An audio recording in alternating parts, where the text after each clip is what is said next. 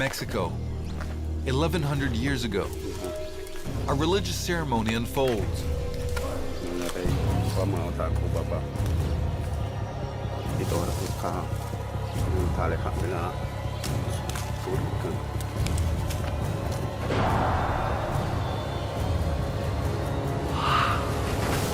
Maya guards throw their captive into a bottomless sinkhole, never to be seen again. Until now. We're on a mission to follow his descent deep into the watery blackness to learn what this ritual sacrifice can tell us about a pending apocalypse. The Maya Doomsday Prophecy. On December 21st, 2012. Are we all doomed? Is life on Earth going to end on December 21st, 2012? Is this what the Maya really predicted? Everyone here is part of a National Geographic expedition. To see if these sacrifices can shed new light on our own pending apocalypse, our experts will discover something so shocking, it will change everything we know about the Maya end of days. I'm Diego Buñuel. I've covered more than 10 wars, explored radioactive wastelands, and climbed high in the Himalayas. But this journey has a special resonance. I've got 2 kids. To be quite honest, the question that I would like answered is, will we make it past Christmas?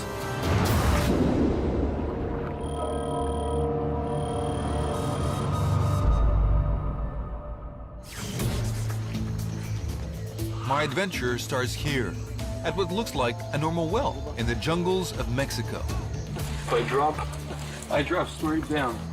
But it secretly opens into the sheer cliffs of the Cenote Holtun. So this is a cenote, right? This is a cenote. So it's basically what, underwater caverns? They are underwater caverns, and we believe the ancient Maya cut it. So this is thousands of years old, this Probably thousands of years old. We're in the eastern Yucatan, less than 112 kilometers from the capital, Merida, where the rivers run underground, creating a vast aquifer. The Maya got their water from these cenotes, which were created when the limestone surface collapsed, exposing pools that descend down nearly 100 meters. It's a very holy place. It's the entrance to the underworld. But the Maya also used the cenotes to offer jewelry and beautiful ceramics to a fearsome water god, Chalk. And in times of drought, the Maya upped the ante and threw in human sacrifices in a desperate attempt to persuade Chalk to provide rain. Well, I can tell you one thing, I just hope the gods are appeased here, because I don't want to be a vain sacrifice. Well, this is like the Underworld Express here. Let's go down to the underworld. Whoa. It's a 21-meter drop to the water's surface. Easy.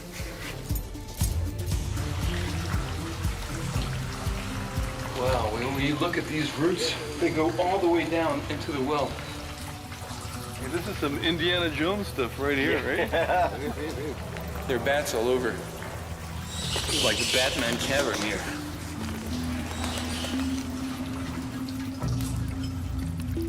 Guillermo de Anda is the perfect guide to the underworld and the secrets it can tell us about the Maya end of days. The Mayas believed that a magical tree was the axis of the universe, and the roots of the tree would be going down to the cenotes, basically. Exactly. So we are right now on the roots of the universe. This is the boundary between the physical world and supernatural world. Wow. So it's a place with a lot of meaning. It's amazing. It seems like this beautiful cavern is in the middle of nowhere, but it used to be part of a bustling city. Chichen Itza. 1,200 years ago, it was a vital hub in a Maya network of quarreling, trading, and warring city-states that covered southern Mexico and the northern half of Central America. Like the rest of the Maya society, Chichen Itza had monumental architecture, writing, and a sophisticated culture that rivaled anything in the world at the time. They even had their equivalent of NFL football, but with a very dark twist. So this is Chichen Itza's main ball court. I mean, it's huge. Let me give you the 101 on how this game was played. You couldn't really use your hands or your feet, so what did you use exactly? Well, you had to use your hips, the side of your hips. Now that wasn't complicated enough. You had to send the ball through this hoop on top of the wall to get all kinds of special points. Now you have to imagine thousands of Maya spectators on top of these ramparts looking down upon the ball players playing as if their lives depended on it. Well, actually, their lives did depend on it. Now this is the Wall of Skulls. It's a pretty ominous name, but for good reason, because every one of the skulls you see here represents the severed head of a defeated player during important matches. Now, I can tell you one thing, during halftime, well, the coach didn't really have to do any pep talks because everyone knew why they had to win. Chichen Itza was a place of startling violence, both in sport and religion.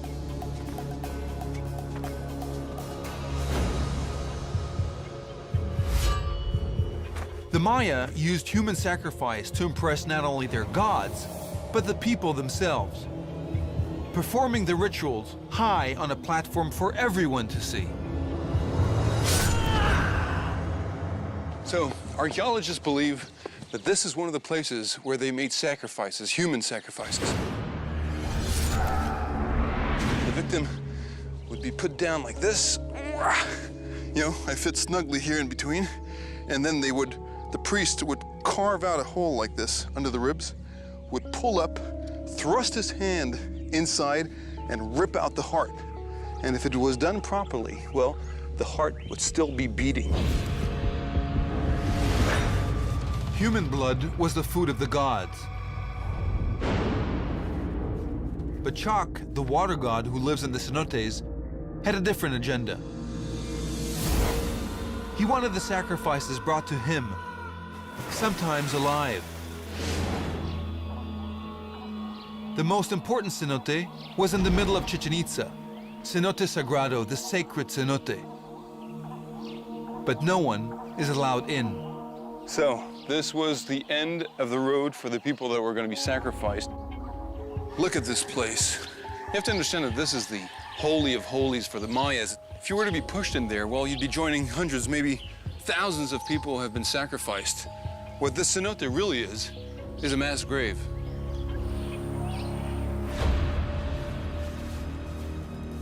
Sometimes the human sacrifice was a noble, or even a king from a rival city. Some believe they were forced to drink hallucinogens or liquor and paraded through villages, stripped of any dignity. There was no mercy. What do these cenotes tell us about the Maya culture? They tell us the story of maybe times where were not so good for the Maya. In fact, times were terrible for the Maya. In the 9th and 10th centuries, Maya society disintegrated.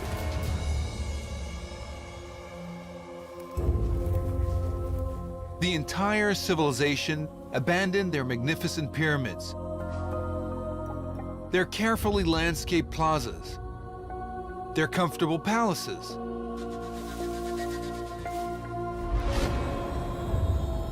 It was the first Maya doomsday.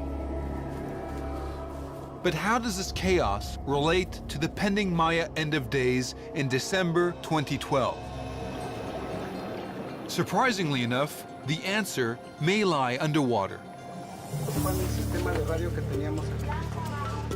We're heading to the bottom of the Cenote Holtun, where artifacts and human remains are locked in perpetual darkness.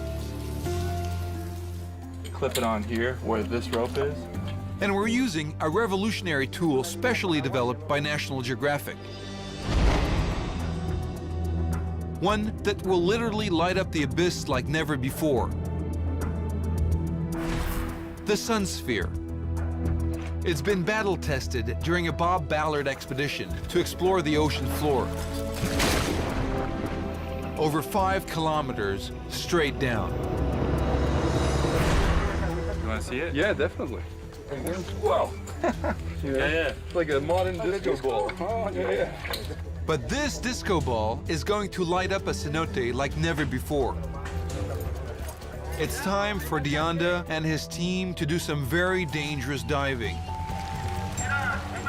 You know, there are old cave divers and there are bold cave divers, but there are no old, bold cave divers, and that's because they end up dying. Unfortunately, approaching tropical storms are adding to the risk. We alternate between sunshine and torrential rain. As you see, rain started again. So I don't really believe in bad luck, but at one point you have to do something about it.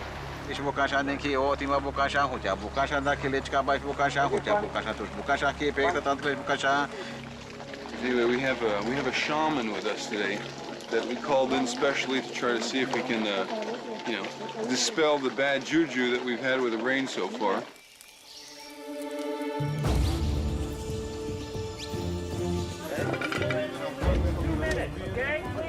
Look, the sun is out, so whatever he did seemed to have worked.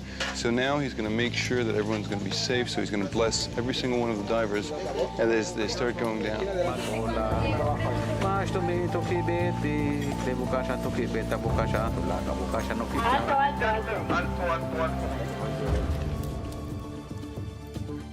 See you, Becky. See you from the other side. Yeah. And now, $50,000 worth of technology into the drink. It's amazing. It looks like some UFO they're lowering down into the cave there.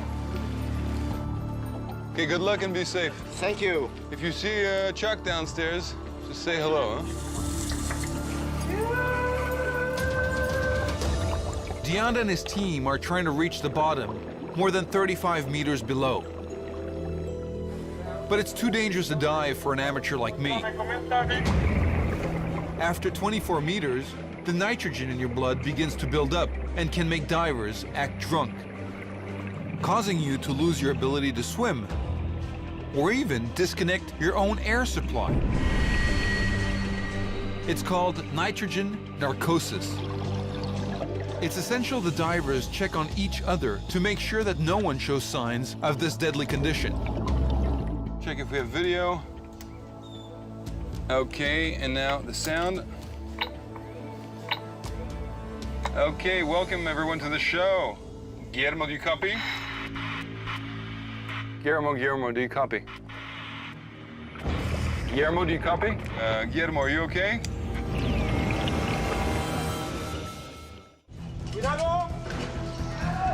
Guillermo, do you copy? Archaeologist Guillermo Deanda has vanished down a 45-meter underwater cave. Guillermo, do you copy? Okay, Diego, get a copy now. Can you copy me? Yeah, loud and clear. Okay, great. Becky, I just saw your fins. Can you nod the camera to confirm? Yep. Okay, great. Is it looking okay? Pretty bad. In terms of visibility? Terrible. We can't even see the Sun Sphere.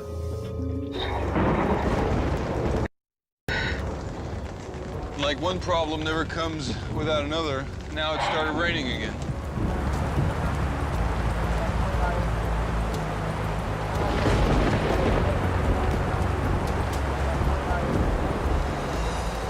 I can see the sun here now. Yeah, I barely saw it through the sediment. I mean, this is amazing. This is our sun sphere. I mean, an enormous ball of light underwater. The rain keeps on a deluge of mud and organic material from the jungle. And it takes hours, if not days or weeks, for all those particles to settle on the bottom Diego, visibility is so bad. We don't see anything. Do you think it's dangerous to have that many people in the water with little visibility? I think it is, definitely. Okay, so we're aborting the mission? We go up, yes. Okay, mission abort.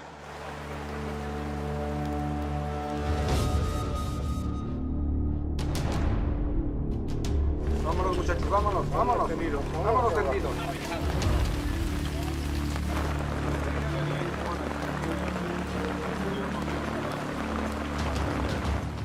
When did this rain start? It started about 40 minutes ago, 30 minutes ago.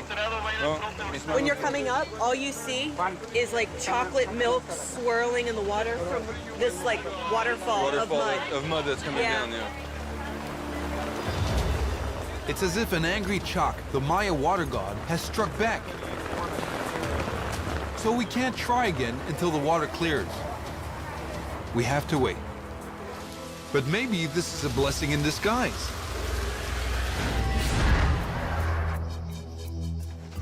One, two, three, four, five, six, seven. Now I have a chance to head to Chichen Itza and find out more about the Maya prediction that the world will end on December 21st, 2012.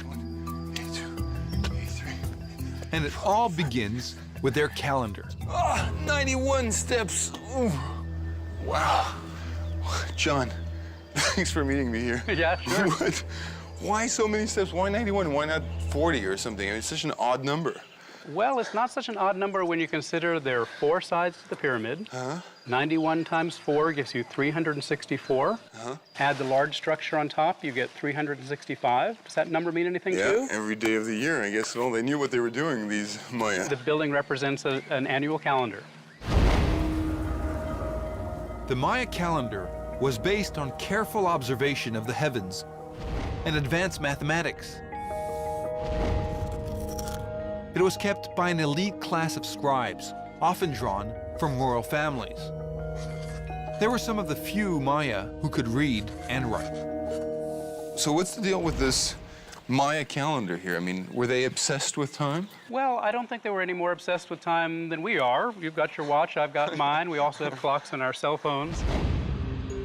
They were very interested in knowing how time influenced the way that they made decisions, planning for agriculture. It's very similar to opening the newspaper and looking at your horoscope. Is it a 5-star day or a 2-star day? Are you going to have good luck or bad luck? The Maya see time unfolding in different cycles. They can be 20 days or 64 million years long. One of the primary cycles, the Baktun, is 144,000 days long. For the Maya, the first people emerged from the underworld 5,126 years ago. The beginning of human time. Now the 13th Baktuns dating from this creation are coming to an end on December 21st, 2012. 13 was a very powerful number for the Maya. So many are convinced December 21st will bring an apocalypse. This precise date is carved on a monumental stone at the ancient Maya city, Tortuguero, near the Gulf of Mexico. If this doomsday prophecy was so important to the Maya, well, you'd think they'd talk about it more. There's only been one reference to it. And that's until now. We found a second one. In La Corona, Guatemala, deep and hot humid jungle, archaeologists make a remarkable discovery: a new set of hieroglyphs. Only a few people in the world can read them. One is David Stewart, the scholar who helped crack the Maya code at age 19. What he finds is mind-boggling. It talks about the end of the 13th Baktun Oh my in goodness. 2012. Absolutely true. Further investigation points directly to a date we know well, December 21st, 2012.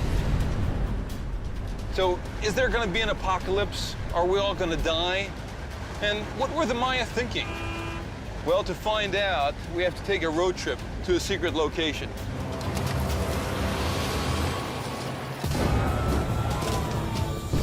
We're tracking the Maya doomsday prediction for December 21st, 2012. But where did this dire forecast originate?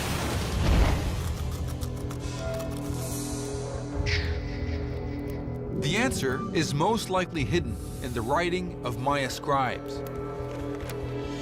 And I've got my hands on a copy of their work, so valuable that the location of this private library must remain a secret. So this is a really exciting moment for me. I'm here with John Hoops, and what's really interesting is that we're looking at an exact copy of one of the only 4 books that survives of the entire Maya civilization.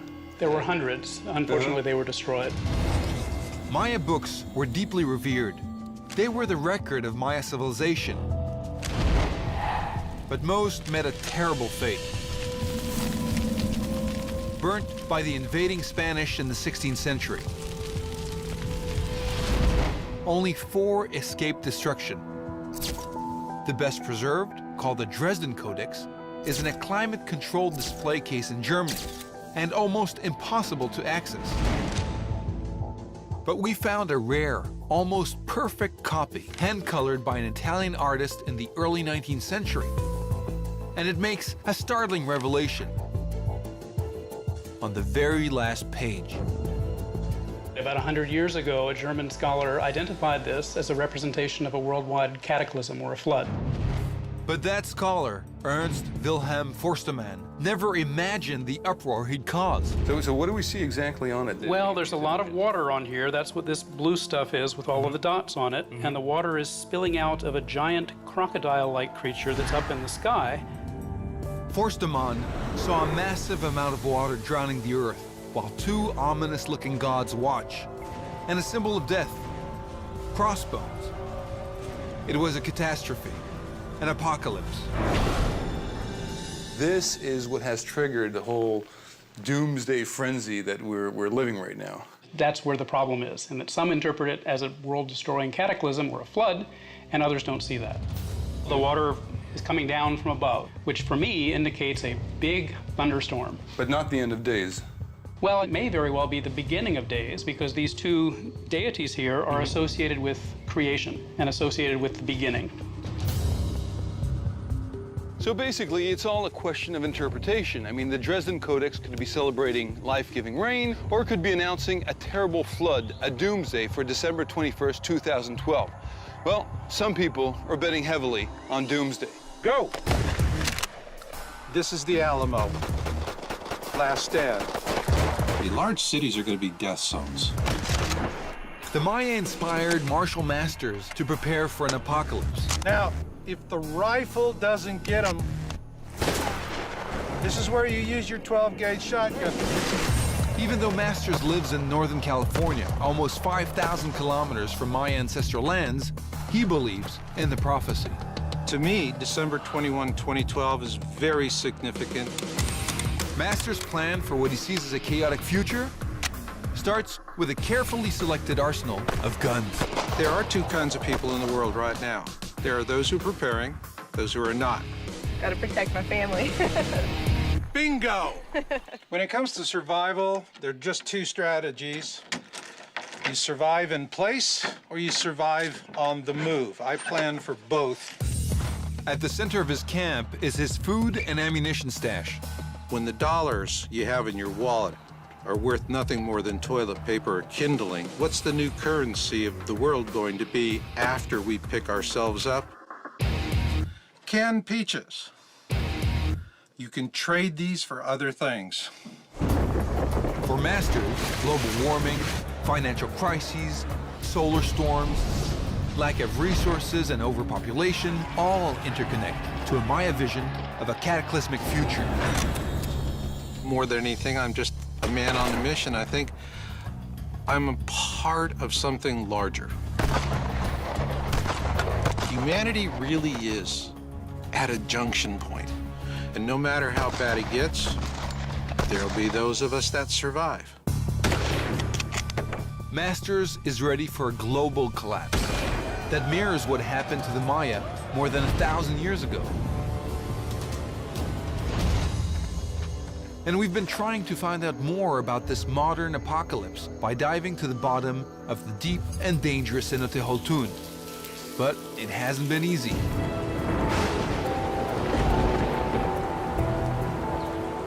Let me give you an update on the score here. Chalk 1, Nat Geo 0.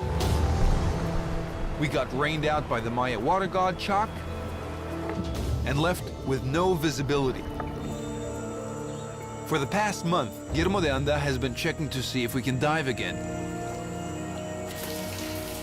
What does it look like down there? It still looks very, very bad. Basically, it's terrible. It still looks like chocolate milk. I don't know if we're going up or down. Oh, really? It's that bad.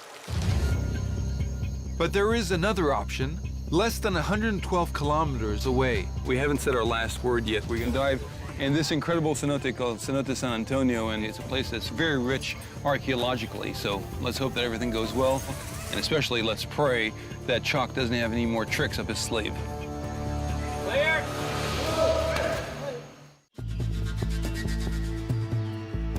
I'm here in the middle of scrub jungle, miles away from anything. But this place actually used to be an ancient Maya settlement. Less than 112 kilometers from Cenote Holtun, another cenote, called San Antonio, was surrounded by major Maya cities. When the Spanish showed up here, they destroyed everything, but they reused a lot of these stones to build this wall, which surrounds what they thought was just a simple well. But in fact, this place, for the Mayas, was a sacred cenote. San Antonio is reputed to have been the site of multiple human sacrifices. But can these sacrifices tell us more about the Maya collapse? And how that influenced their prediction of an apocalypse in December 2012? There's only one way to find out. This is the moment we've been waiting for. A second chance to see what's at the bottom of a sacrificial well. Becky and Guillermo de Anda are back, but this time there's a newcomer to the dive team. Me. The easy part is getting in. It's my favorite part.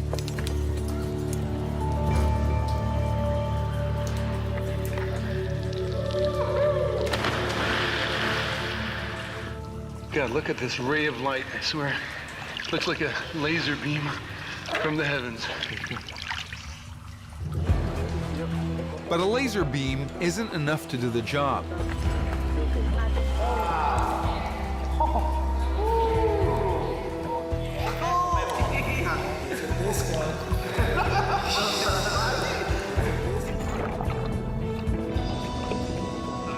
This is a preliminary dive. We're going down more than 7 meters to check the visibility. Welcome, my friend. Oh, this is incredible. And de Anda promises there will be lots to see. Visibility is fantastic. The light we're getting from the sun sphere is just amazing. And it certainly looks alien enough, I can tell you that much. We already start seeing lots of bones. Here, it's a backbone.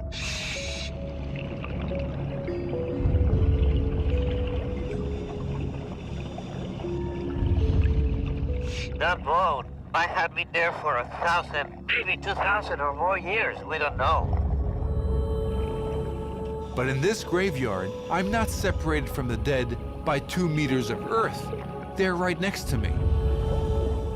You know, what's really complicated here is that you have to be careful where you're actually putting your fins, because a kick of your fin and you could be, you know, modifying history. Yes, we have to be very careful here, Diego. De Anda sees Cenote San Antonio as a graveyard. The dead are respected. Nothing will be touched. Wow, look at those. So here we have 2 skulls and we can see. Again, you can tell it's a funerary chamber. Wow. Yeah, I can see rib cages here. I can see legs, arms. Wow. This is the femur. Right there. So do you think that this individual with both parts? Exactly. It's a vertebrae there, so it's a complete individual here. The reality hits me. I am looking at people. Lots of people. If you want to try to understand what this whole doomsday is about, well, this is one part of the explanation, is trying to understand why they sacrifice people and why those sacrifices were important. Yeah, you're getting low. To go up now? Yes. Okay.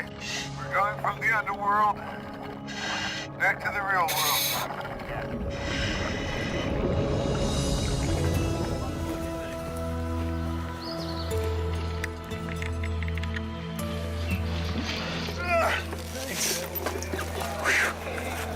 Wow. What a trip. We've just seen a shelf near the surface. But most of the sacrifices would have fallen to the bottom, at least 36 meters down, and maybe more. This is the real payoff, and that's where we're headed. Wow. What do you think? Yes, an experience for sure. Yeah. But first, I need to understand what I've just seen. How could a civilization so refined subject people to such a terrible fate? My research is related to what motivated the sacrifice, what motivated the offerings. It was in times of trouble. There would have been more people sacrificed in times of crisis, basically. I think so, yes. And one big crisis was the drought. New climate research reveals there were devastating droughts throughout the Maya world in the 10th century, the same time as their collapse. They were expecting the rulers, the priests, to be effective in communicating to the gods, and that just didn't happen. There must have been much more ritual activities.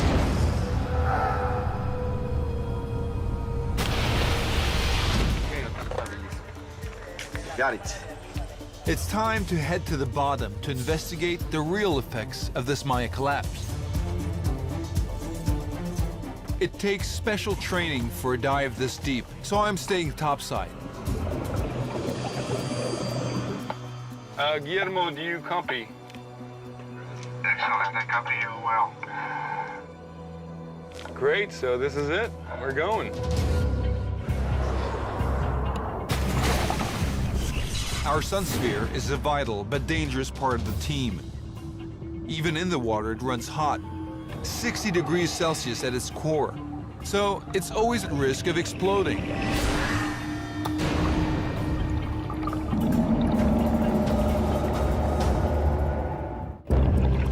So we're going down. We're finally getting to the bottom of a sacred cenote. They have to go down to 100 or maybe even 120 feet. And what we find should be a treasure trove of archaeological data. Wow.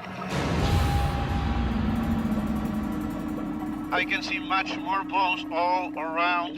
You know, before when I dove here without the sun sphere, I didn't realize how much bones are here. And they are going all the way down. You can see bones strewn with bones everywhere here. Is that the cranium? Is that someone's head? Yes, that's a cranium. And the whole body is there. These are the only remains of the people sacrificed to the Maya gods. Mothers and fathers, daughters and sons.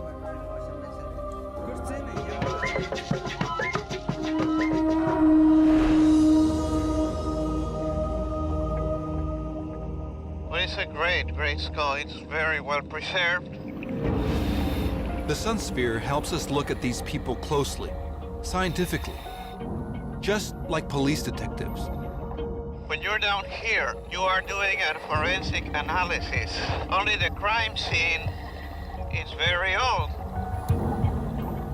But in this case, the victims are sacred and can't be touched. Oh, wow. I can see a skull there. This is a skull of a very young person, probably 10 or 12 years old. The skull had cut marks, so that's evidence there was some ritual violence. That is really incredible. It is. It's just fantastic.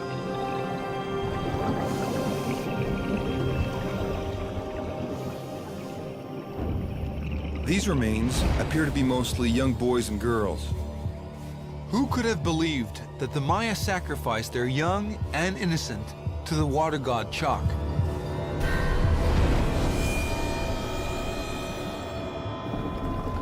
Here there is children's skull, which is another boy or maybe a little girl. Yeah, this is pretty impressive. This is not older than 8. Not older than 8 years old.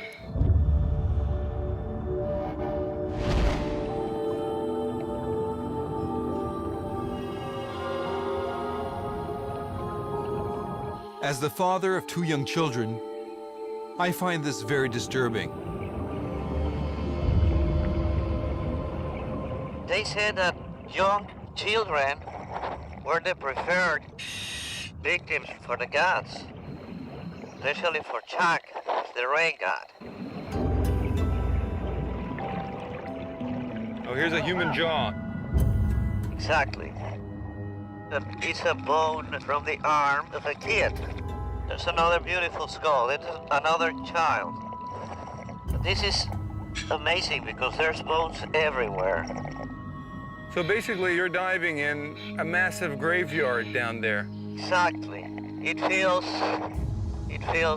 like a very strong place. It inspires you a lot of respect.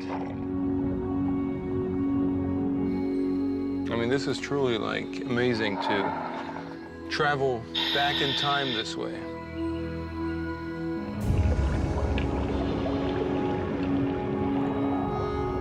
While I may find it disturbing, one discovery in particular excites the scientist in Dianda. It's really amazing that we could see that. There was a very small skull. It's definitely a child, and the cut marks are very clear, like in this area of the head, and probably it's proof of scalping. Scalping a child shows that the Maya were pushed to the limit, as their society began to collapse from deadly droughts. But even at the best of times, the Maya inflicted terrible punishment on their captives and themselves. I wanted to show this to you men out there. This is a stingray spine, and bloodletting was a big part of the Maya culture. Now, if you see the stinger, you'll see that there are barbs that go backwards this way. And basically, if you wanted to please the gods, well, you had to stick this in the male genitalia. Obviously, it could not come back out, so you had to push it all the way through. The gods were most pleased with blood from genitalia, dripped on paper, then burned so they could inhale the smoke.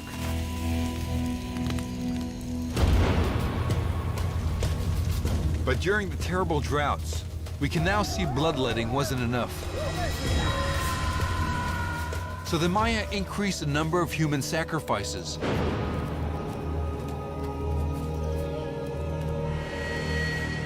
Including their own children.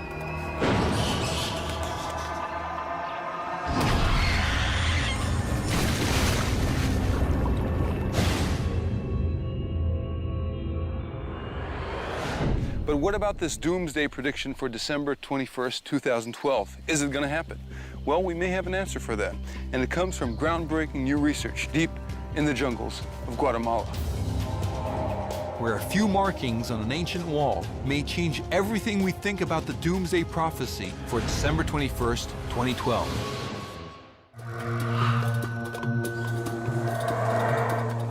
In the dense jungles of Guatemala, angry howler monkeys guard the ruins of an ancient Maya city, Xoltún. It has been looted time and time again over the centuries, But Chultun may still hold clues to help us unravel the true meaning of the Maya doomsday prophecy. Cave diving isn't the only way to make new discoveries. Sometimes you have to do things the good old-fashioned way. And that's what archaeologist Bill Saturno is doing as he braves the crumbling looters' tunnels to make some remarkable discoveries. It's a large jade bead went around the neck of someone very important. The work is dangerous.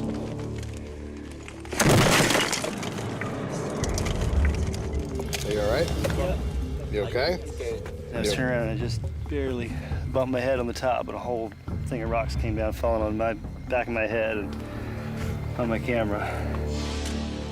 But the rewards are worth the risk. Saturno's team has made a find that sheds new light on the controversy about December 21st, 2012. Now, when looters burst through the corner of this room, they exposed the first part of this mural that wraps around the walls. The very center was the king. Our king is surrounded by a series of figures. Mysterious figures all in black, wearing only a loincloth, black headdress, and a single white medallion around their chest. Saturno is convinced that he has found the workroom of scribes, who are the keepers of the Maya calendar.